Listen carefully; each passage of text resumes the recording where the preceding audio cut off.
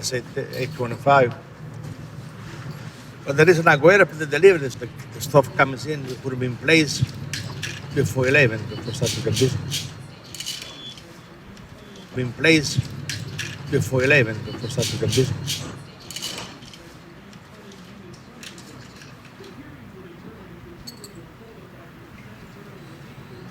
For 11:15, we're gonna make 17 pies, and then another 17 for 12:30.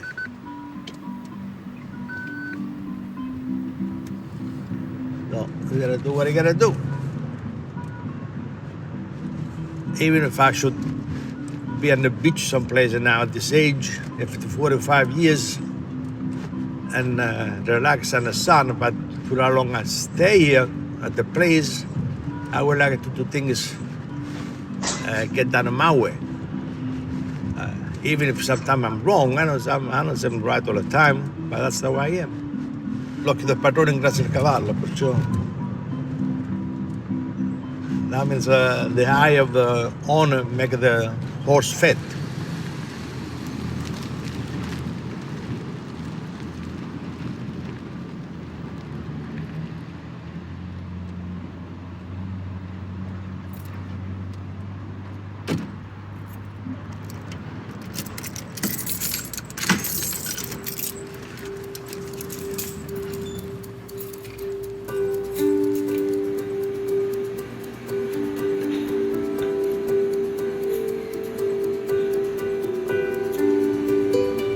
Doctor told me I went for blood test one day. He says everything is perfect. He said keep it going that way and don't worry about nothing. He said, Ma, you're gonna live another 50 years.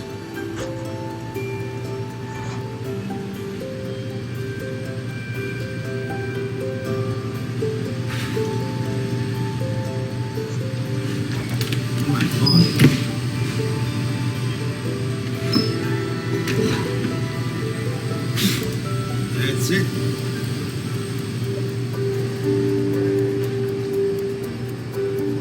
Good morning, sir. Come you so late? I come over here 7 o'clock this morning. Deliver it over here, please, right? Next to the machine.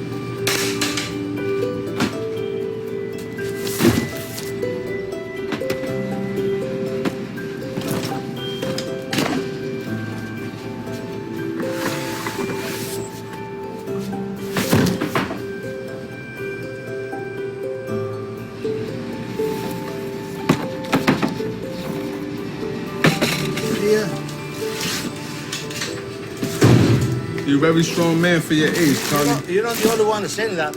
I'm 36 and I don't want to work no more. You're 36? Yeah. I think I could beat you. Yeah, I bet you can. I'm making 2 sandwiches for the delivery guys. So I give them a sandwich and a soda each. They do that extra work. See, this kind of business, sometimes you gotta lose $1 to make it 25 cents. Johnny, that's 2 sandwiches. Thank you very You much. deserve this. The best sandwiches in New Jersey. Don't be late next week. No, I'll be here. You All will right. be here today. Take care.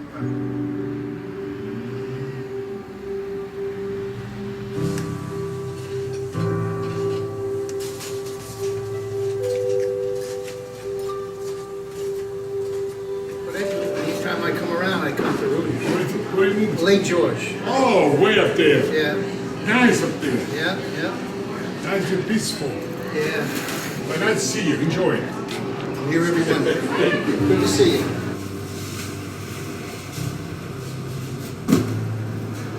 Well, I started messing around when I was young.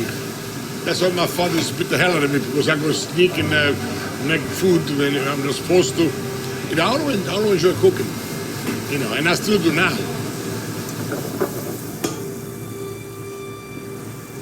We have been coming to Rudy's in the last 45 years. I've been living in Closter for 17 years, and I come here at least once a week. Ever since we moved here 7 years ago, we come all the time.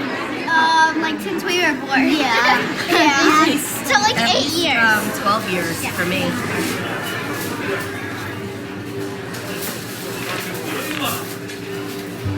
We've been coming to Rudy's for 27 years.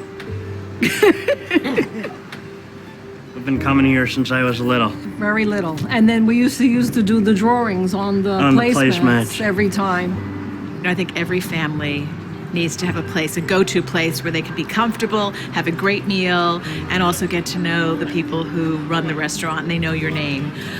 James Beard used to say when people would ask him what's his favorite restaurant, he'd always answer, the place that knows my name. Large cheese and Caesar with grilled chicken dressing on the side, correct? Anytime I come through that door, they know who I am. They respect me, I respect them, and we just have a good time when we come in there. This is home to me. This is home.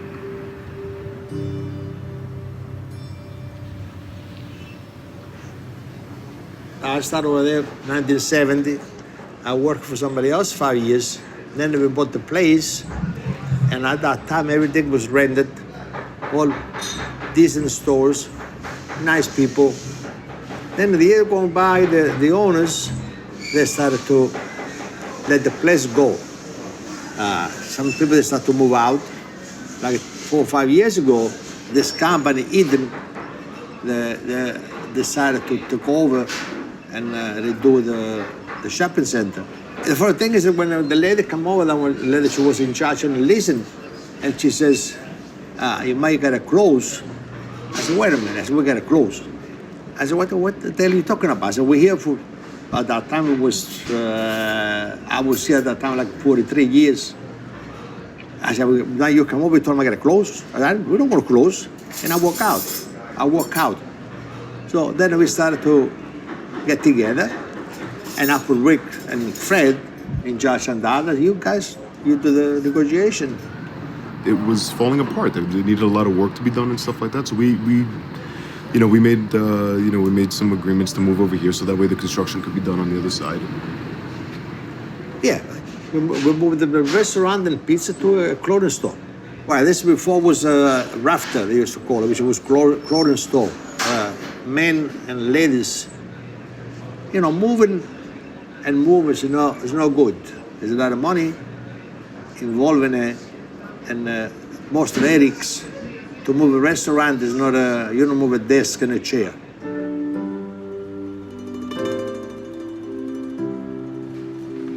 Hi, Nan. Hi. How are you, man? Good. Good. Are you hungry? The food's here. Are these the spare ribs? Rick, we're waiting for you. Yeah, I'm coming. This guy never changes. Oh, we can switch it. Rick, what's the Formica table situation? I don't know. What do you know over there? The tables are done. I think Freddie did them right. But he finished them in wood. So we're done with brick? We're done with talking about brick? I'd like to do brick, but they don't want to do brick. Why don't you want to do brick? We're all like, brick. What do you got the brick for? Why did you do flat walls? Would you like a different kind of wall? We're in different age, situation, or what time, or whatever it is. Yeah. Me, I'm a very, very simple person.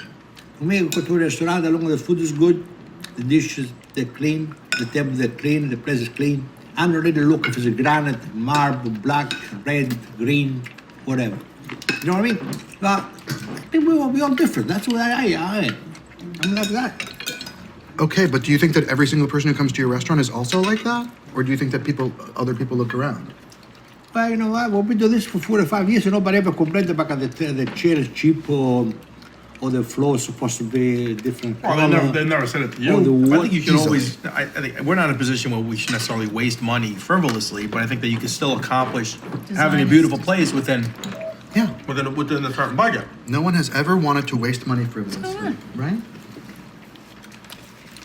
Charlie, in 2 months, you retire. Yeah. Wait, can I ask you something? Speaking of you retiring, if you're wait, let me finish my fortune thing over here. In 2 months, you retire. You're gonna get your check every week. How much we don't know, but we're gonna get something. All right, thank you. That was good, thank you. what do you want? Fortune cookie? Yeah. No, not one of those. The place is gonna come out beautiful. Your legacy will be protected forever. You're going somewhere else tonight? No, she was on Thursday. Yeah.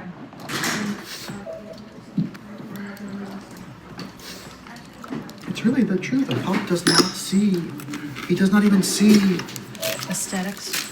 He doesn't see anything around. Like in a restaurant, he doesn't see anything.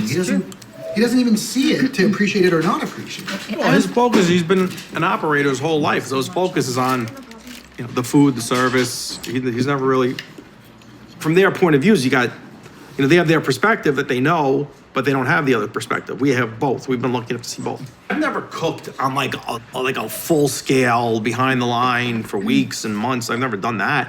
I can figure out how to make most of the dishes. I know how to make them, but that's not what I do. That wasn't what I chose to do. Right. The day of the independent Italian off-the-boat operator, that generation's gone.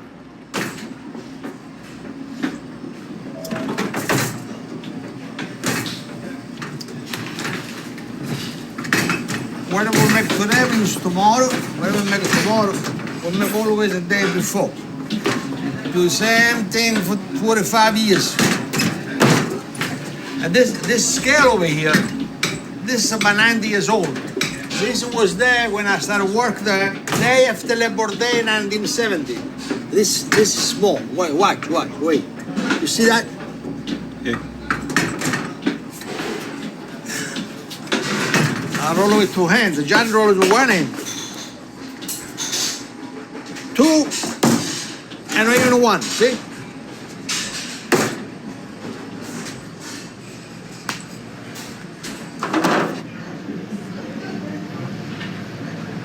Well, the little town where we come from is very close from me. I'm between Fiumefreddo and adesso via, San Femia. To get this Fiumefreddo, it's about 15 minutes travel. Well, we grew up in Italy, in a farm, 1945. I'm the first of 7 of us. We're 7 altogether. I'm the first one. And most of the time I had to take care of him, because 2 years younger than me, and then the others.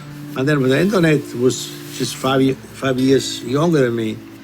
I take care of Doreen, John, it was a pain in the neck. Freddie and Charlie are my oldest brothers. I'm in the middle. She's in the middle. They were the ones that really had most of the responsibility outside of the house. We had to go to get a loaf of bread. You had to walk a couple hours, go to the little town to get a piece of bread. You had to call someone, you had to go up in a high spot to call Vincenzo, John, to make sure this guy, the person will hear you. Quando è nato papà tuo, non so come ha cambiato quei tempi. È perché non c'era niente, capito? Non c'era zucchero, non c'era il latte, non c'era niente. C'era un amico mio che aveva le ape, faceva il mele. Circa quando aveva le scarpe, lui mi dava una bottiglia di mele che ce ne mettevano un cucchiarino in un latte. È stato un miracolo che ha cambiato.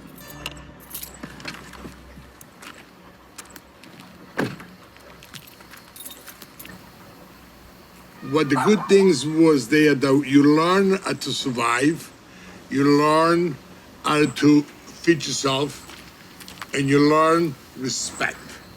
Oh, ma come chiamo? Fin quando siamo all'Olimpiadi vuol dire che... We had what we needed, not what we wanted. Bedrooms? No, we didn't have any. No electricity, no water. We used to drink the water out of the creek. There was like streams of water, right? Yeah, get in the leaves sometimes and we drink would it from get the leaves. a fig leaf. Yeah, we and would drink make it it from- like a cup, And drink it. and we would use that, or we would use our hands. Over here, we used to plant the tomatoes and wheat. Charlie Osso. That was my grandfather, my father. He's the one who fixed this. The house was here, but was in bad shape, and he fixed it up a little bit. Well, the room was a little kitchen down here, there, with wood burn stove, and there was like a little dining room inside there. In Italy, we share the same bed. In the wintertime, it was cold.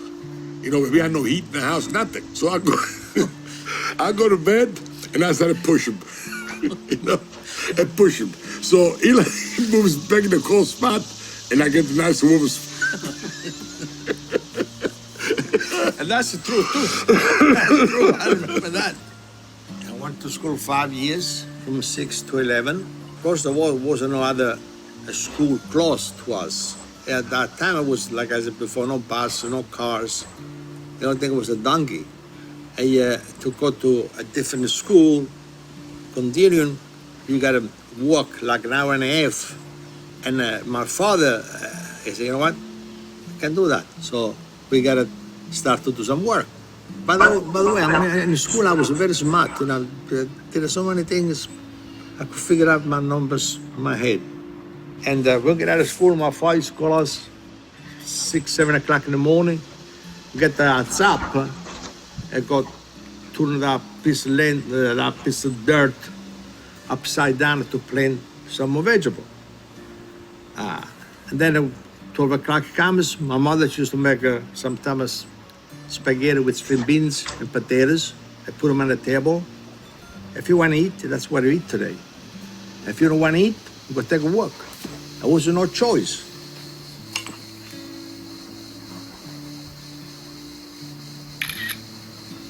A lot of animals run, rabbits, chickens, pigs, a donkey, which someone killed that donkey later. That was an accident, but thing happens. Also, we got a bull, not a bull, a toro, what do you call him? A cow. Oh, look what's in here. Ah. Another one of my friends. Look at him. We learn to be successful. We learn to be disappointed and live with. And never blame anybody. That was life there. God, you know, like I remember Freddie somehow always getting in trouble. Me and my father, when I was a kid, he didn't like me too much. I used to do anything to get away from my father. Charlie was more like the second, when Dad wasn't around, he was like the dad, like he was the one in charge. Oh, ero diverso, Fiore è stato sempre tignoso, sempre più risoluto, parte era più calmo, ed è ancora lo stesso. Fiore è stato sempre lui che io sto sempre guardando. I remember once my mother said to me, I'm going to make some eggs, you know? So I get the fry pan, I get the eggs. She almost killed me. She says, this is my kitchen. And I said to myself in my head, you know, one of these days, I'm going to have my own kitchen. When I could go over there and do whatever I want. That was years back, right? And now, look, today, I still remember that. I say, yeah, I got my kitchen now with 24 burners.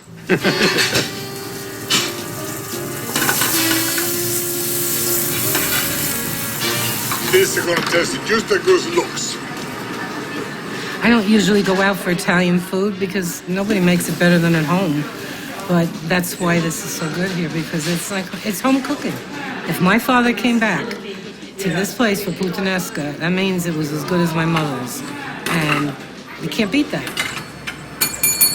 They would never buy anything unless it's only the freshest and the best, because it shows in, you know, the presentation and what you're eating and how good it tastes. I just came back from Italy, and they're just as good as Italy. I think it's one simple thing in a restaurant business. Do not sell any food that you not eat yourself.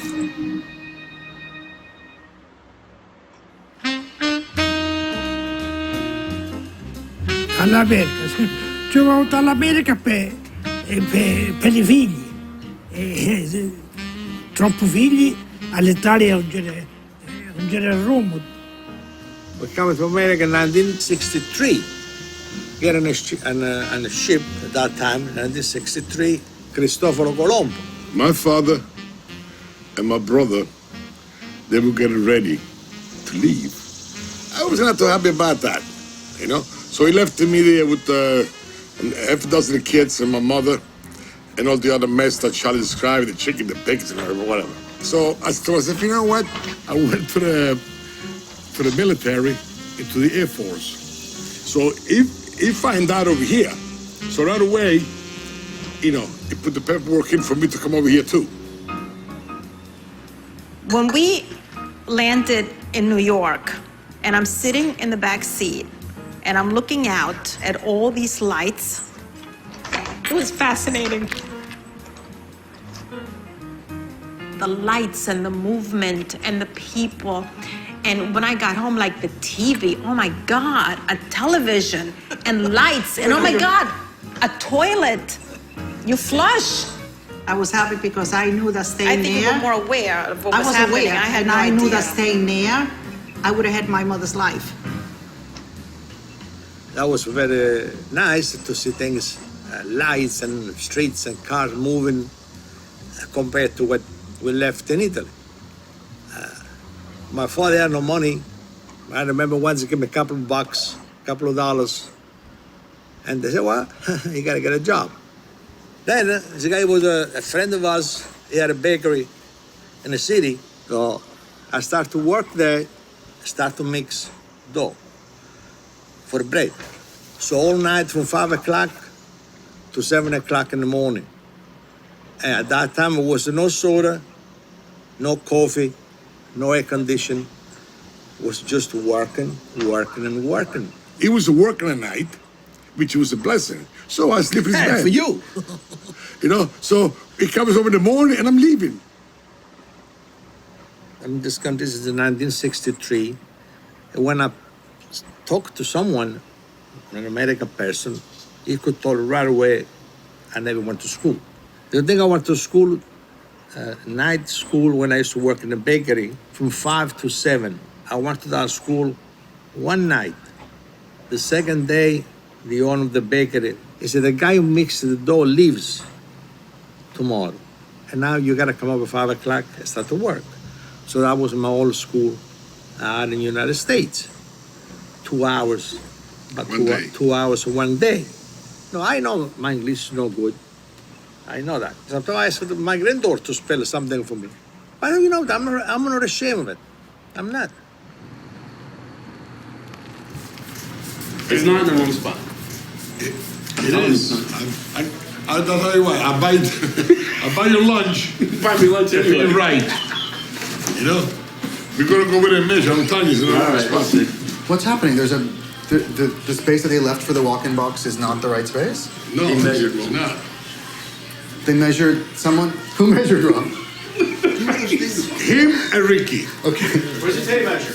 You know? Don't take his tape measure screwed up. You see what happened? Those people that come over here, look at this guy with the shoes full of dirt. No dirt. Look. And I gotta clean the floor, right? Here's your tape measure. Are you guys measuring with this? Give me that tape measure. That's the reason why he's wrong. Because you Go get yours. Go get your tape. Give me mine.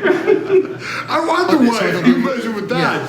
That's why we're thinking about variation. But you're thinking of doing this soffit. You're thinking of doing this soffit in horizontal wood and this on this angle.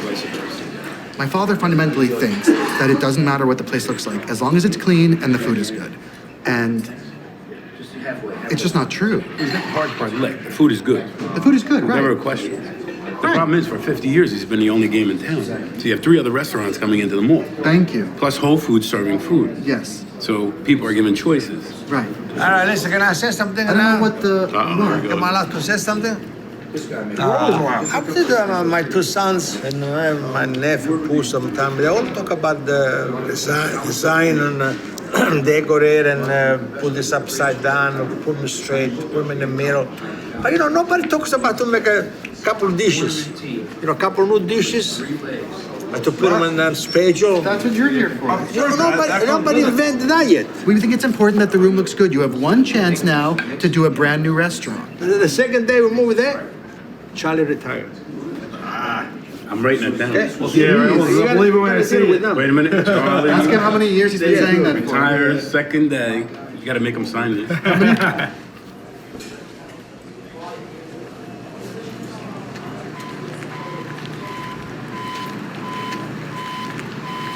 So tell me what's going to be in these shops, do you know? This shop where we know now is going to be 2 Mexican restaurants. Oh. And burger place. Ben Burger from the city? Bear Burger. Bear Burger, whatever you call it. It's going to be Target up there. All Home Goods. The movie theater is going to reopen when everything is done. It's going to be one of those movie theaters which you could eat inside also. You watch a movie and eat. So in other words, you're going to have like 6 different restaurants besides Rudy's. Mexican cinema, I tell you call it. Cinemax. Cinemax. But Rudy's is the original one. The only one. Original since 1960.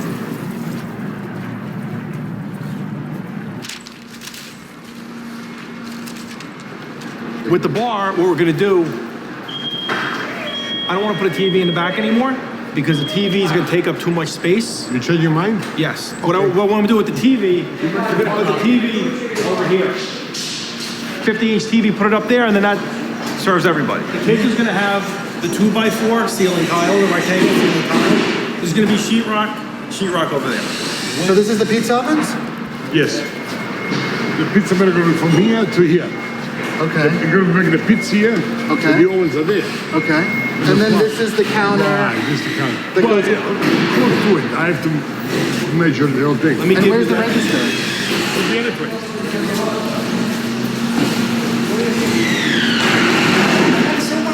Sure you got it?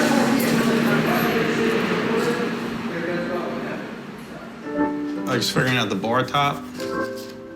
We have to get a plumbing inspection, and then we need to just finish ordering the materials to do the walls, and just start thinking about the finishes for the space. It's really 6 weeks? It's supposed to open in 6 weeks? 6 weeks, April 19th. Do you feel like you're on track? Yeah, feels that way. Pop said today that you're gonna have to be at the restaurant several days a week starting when the new place opens. Probably. But is that possible?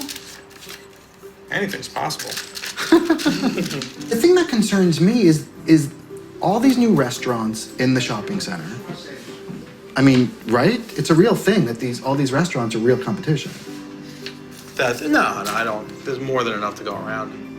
Restaurants are gonna open and close, but if you control what you do within the restaurant, your own place, you don't have to worry about competition, right? They're, with 50 years of history and a big following, I don't think that they need to worry about that. You know, I think if anything, it's always a plus. It brings more people to the mall. Yeah, but my question is, Whole Foods is still going to have a pizza. Whole But Foods Whole has Foods many pizza, it's $7 for a slice. If someone spends $7 for a slice, they can all drive into Manhattan and get a slice of pizza. They're not gonna, if they're gonna be close looking for a slice of pizza, they're not gonna spend $7 for a slice of pizza.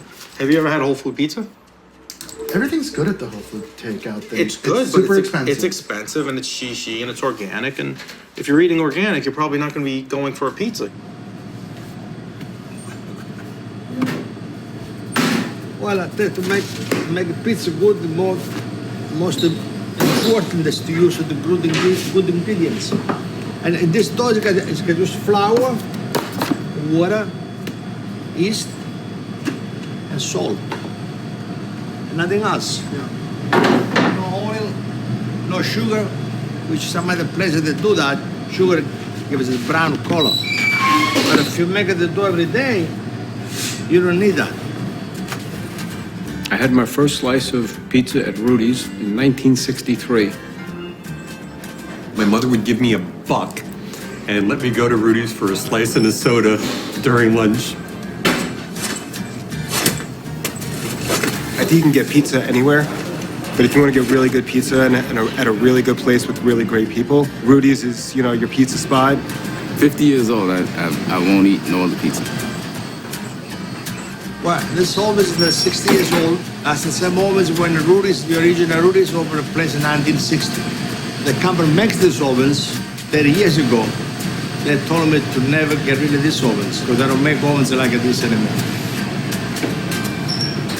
These ovens are the best. You can't beat them. They're the best. Stone's so thick, it takes an hour and a half in the morning to get the stone hot enough. And then when you put dough on a hot stone like that, you get a crispy crust. That's what people are looking for. At least I think they are. Okay, bro.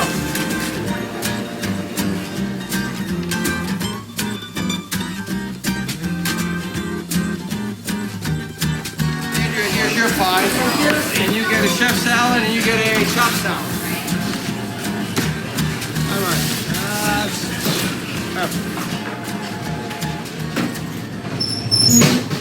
I made my first pizza in 1965 in New York. Then was a little pizza place around the corner. His name was Mimi, 50 Frost at 10th Avenue. The guy said was going to sell it. So my uncle said, "Why? I think we should buy it." So we get together and we buy $10,000. I don't even have that 5,000. I have, and I had to ask a friend for a loan. So I put $2,000 of my money, and this friend gave me $3,000, which I paid back, and we worked there. So to make a pizza and all a few kind of sandwiches. That was for 5 years. Then the landlord doubled the rent, and we figured out we cannot pay the rent. We closed the place. You know, so the original owner of Rudy's was a person I know for a long time. I called him, I said, "You're somebody to work with." He says, "Oh, yeah." He says, "Your brother, sure." I said, "Bring him over." And brought her up there, right away, started work there. And he never got out. He said he got stuck there. He's still stuck at Rudy's. Rudy's in Closter started September 1963. So here's my mom. Where it is. There's my dad, and he and my mom were fantastic cooks. He was a fanatic for food. If it wasn't right, he wasn't satisfied. He would make a pot of sauce, and he tasted it. If it wasn't right, he'll dump it. He had no qualms of throwing it out. Rudy's, just like Jack says, was businessman, nice person, a little bit tough. Maria, we used to make a dough with Maria, Rudy's wife. She used to go and bake, mix the flour, put the water in the machine and mix the flour, 50 pounds of flour. She pick up the bake, put them in the machine and mix. Then I used to go back there, put the dough on the table. I used to roll it with 2 hands. It was like, she was like my mother, really. I worked for him 6 months for the original Rudy's. Then he sold the place. He asked me, he said, "Charlie, why don't you buy?" At that time, I was 25 years old. I don't have $10, maybe I had $10, but not much. So I said, "What am I going to do with this? I'm not capable to run this yet." So 3 Sicilian brothers bought it, and they had 3 places, and I worked for them for 7 years. So the guy says, Leo, his name was Leo, he said, "Charlie, we're going to sell the place." He says, why don't you guys buy? So I called Fred, we get together, and we bought it. I always had respect for my brother, but when he asked me that, I wanted to hug him, but where we come from, we don't hug too much. We took over October 17, 1977. We did a $420 gross for the day. I'll never forget that. When I worked with Rudy's, your mom was there, and I worked with her for many years. We used to do the dining room together because your dad was the best pizza man. I mean, he could make his specialty was pizza, and he could do like, you know, the other dishes. But when it came to the white wine, the more delicate dishes, it was all your mom. And I remember her going from the dining room, serving the customers, getting into the kitchen and preparing those dishes with a certain elegance. She did everything with a certain elegance.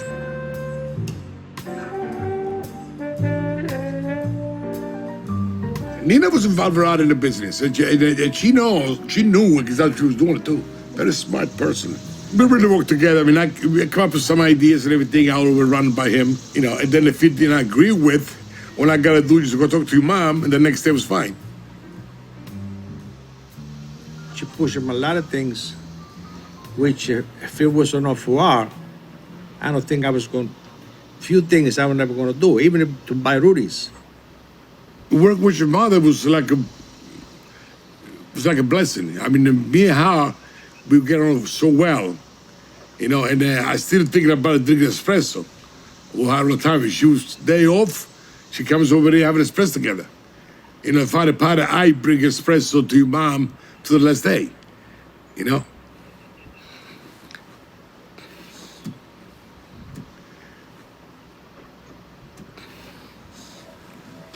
I think we need a break.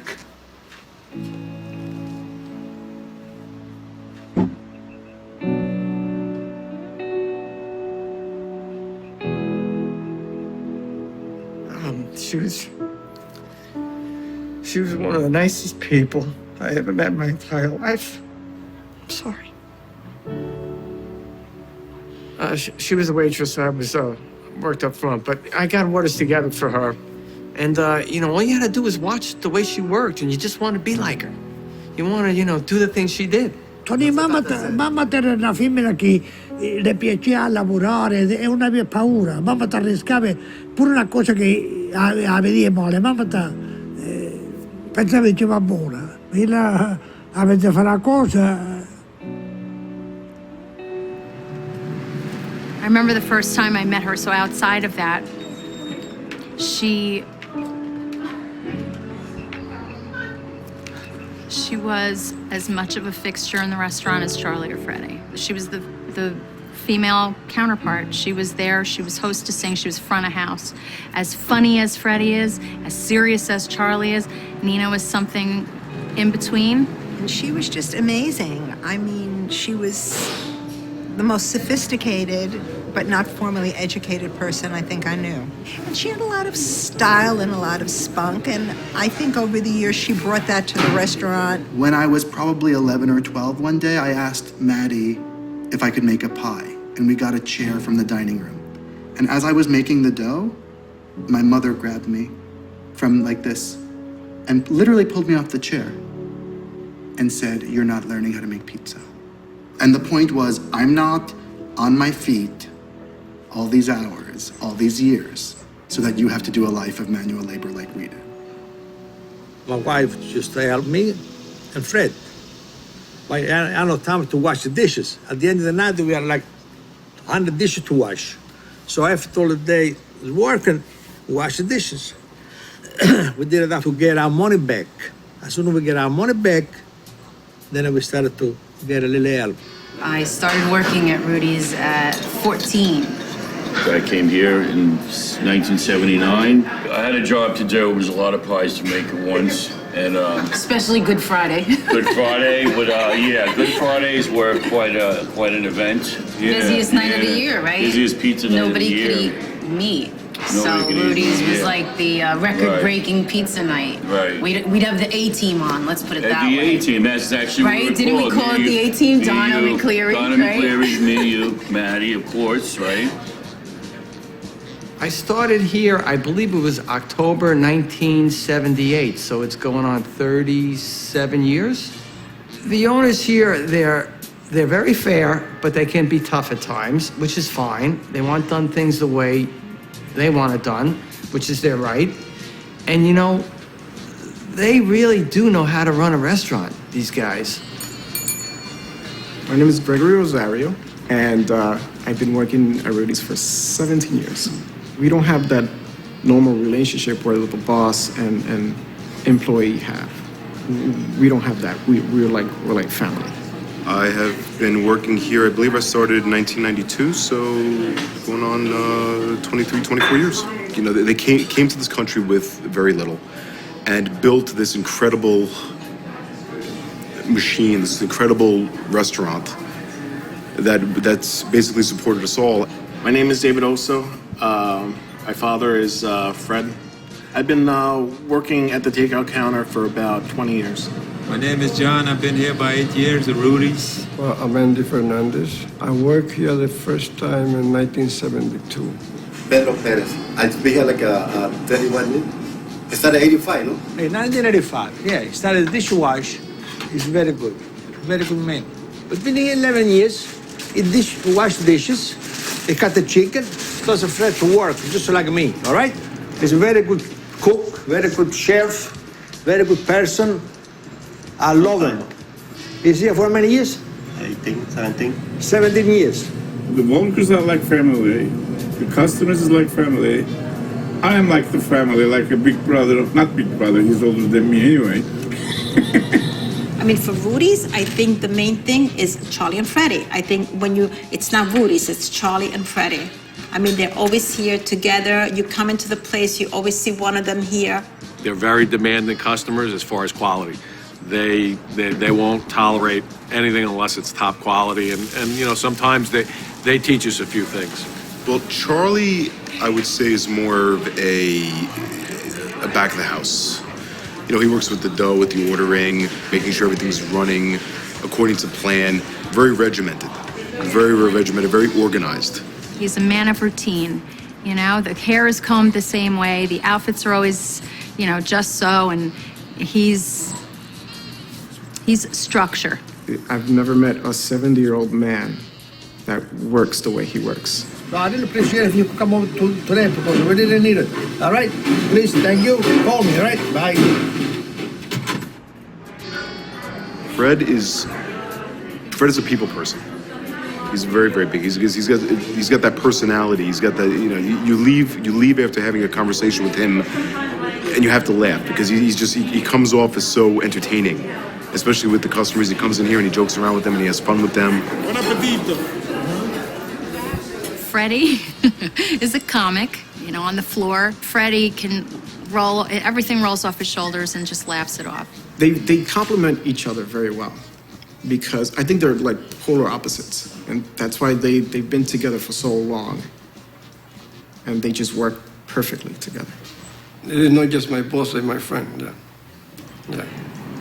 Che secondo me si erano parlato col nato, si mancava uno e l'altro, se c'era una cosa che non andava bene, passavano per sopra, non ci facevano caso e si sono mantenuti assieme. Le papà e le Freddie, se ti racconto per tant'anni, è una cosa rara. L'occhio di un padrone ingrassa il cavallo. Charlie and Freddie took from Rudy's, and they brought it to a new level. And what the original Rudy maybe was lacking, they brought it in. And that's them being here all the time. Concept. All the time. You give up your life. You don't have weekends. You don't have holidays. I have 4 kids. I don't remember when they took their first steps, when they got their first teeth, because even if I was there, I was preoccupied with, you know, the business becomes a huge part of your life. But to be successful, you have to give up a lot, and you have to put that time in. 40, 60, 80, 92, 50. There. Thank you. Number 15, come up. There. Thank you. Good night, Charlie boy. Good night for now. Good night. I never thought it was cool that my parents owned a restaurant when I was a kid.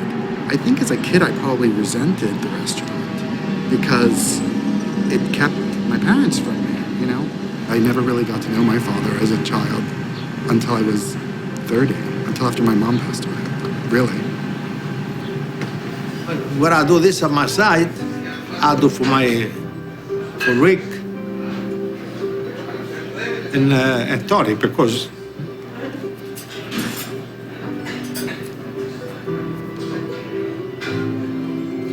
after 45 years, I think it's time for me to not retire, because even if I retire, I'm still not going to be every day, you know. I have to take it easy, less aggravation and responsibilities.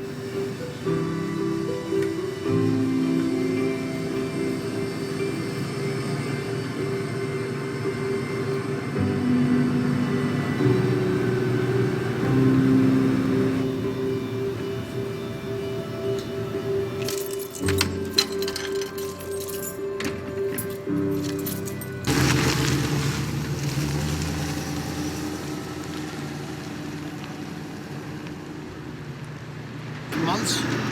And how is it going? Good, almost done. 90% is done. This week we should finish. I just think it's amazing that you spent your whole life here in this place. You know what I mean? You, like from when you were in 1970, you were 25. Right, that's right. And you're now, how old are you? I'm 71.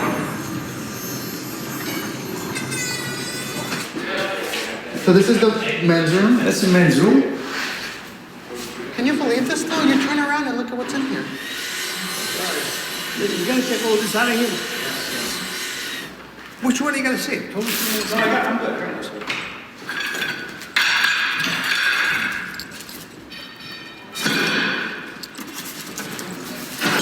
You see how nice and warm and orangey these are? Those are so light. I don't even care that they're different because it feels like a different area. You can see that they're white. Yeah. Because white is white anyway. Right. All right, so let's go over there. And you do one of that Chisari box, the one on top of the closed one here? Yes. Because it's so far up, it's too shaded. Mm-hmm. Then one in this big long one. Yeah, one of the long under one. 36. Rick is good in most of everything. He's good. He's very polite. He knows how to talk to people. He's got respect for the people he deals with. And they get along very good. We are not complaining. He's very good. He's very good at that. Yeah. I'm really proud of him.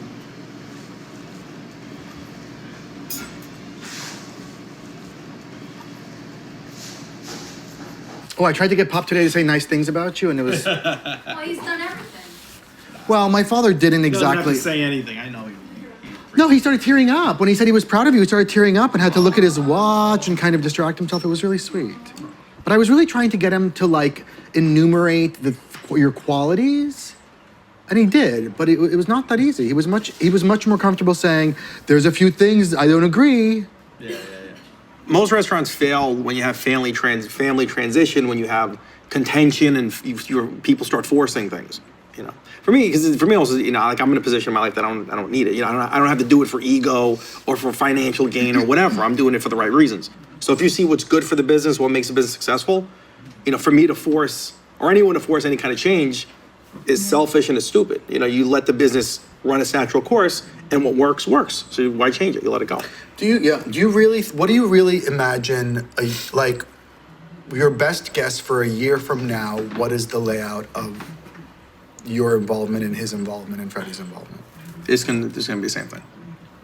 In a year, it'll be the same thing, which means they're both there full time. They're both gonna be, of course. Yep. It's not going anywhere. Absolutely. Even with everything Pop said. Don't make a difference. I guarantee you. You think let's tape a year from now, it's gonna be the same thing. So today's February 29th, 2016. You think that it's not going to change? No. The new place is an Italian farmhouse that they grew up in. So you come full circle. That's where they started. So they're gonna be at home. They're gonna be at home.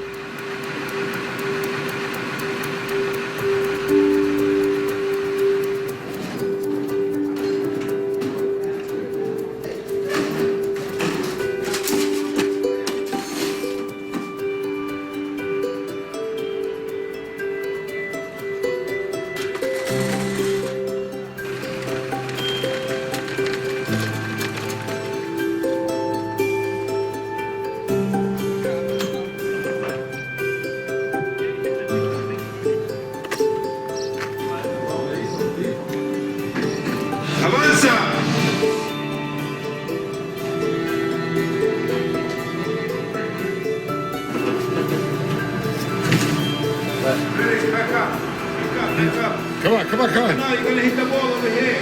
John, push. Ah, too many chief and no Indians. Let the man push.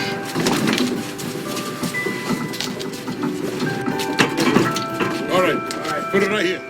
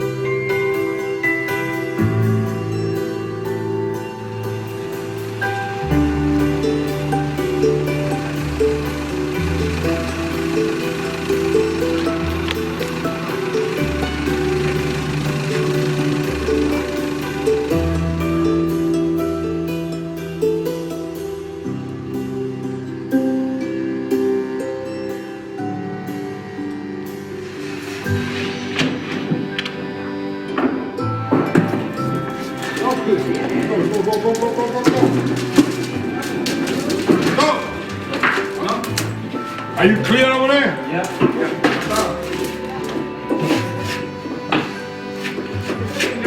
You're gonna hit slight. Not too much. Keep going straight now. Oh, okay.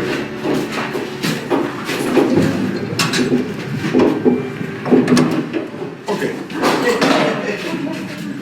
So I gotta move a little bit.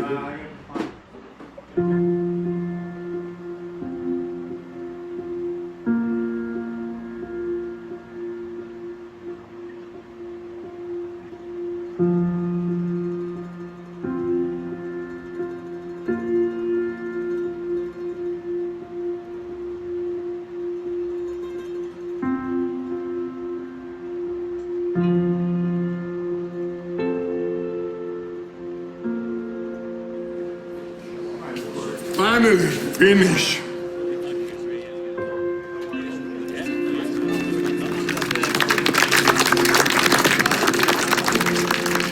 I'd like to thank everybody for coming today. I mean, this is a great day for Closter. I would like to recognize the owners of these fine establishments, folks that have been around here for a long time, Charlie and Fred Osso.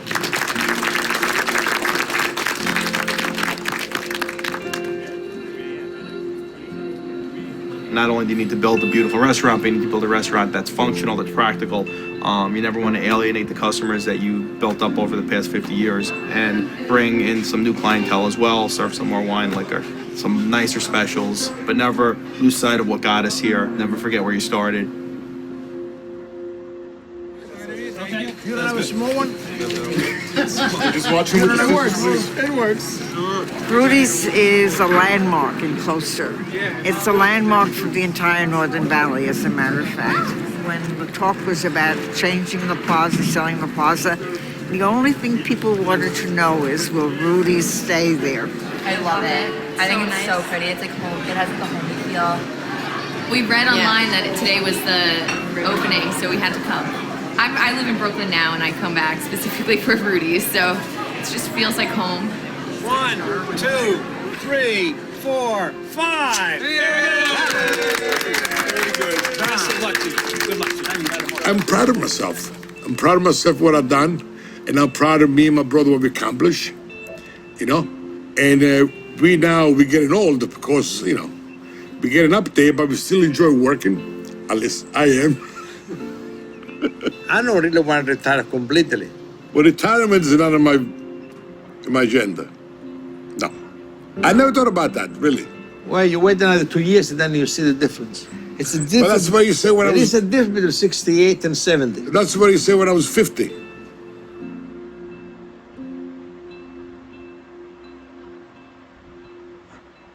was a pleasure, sir. Yeah.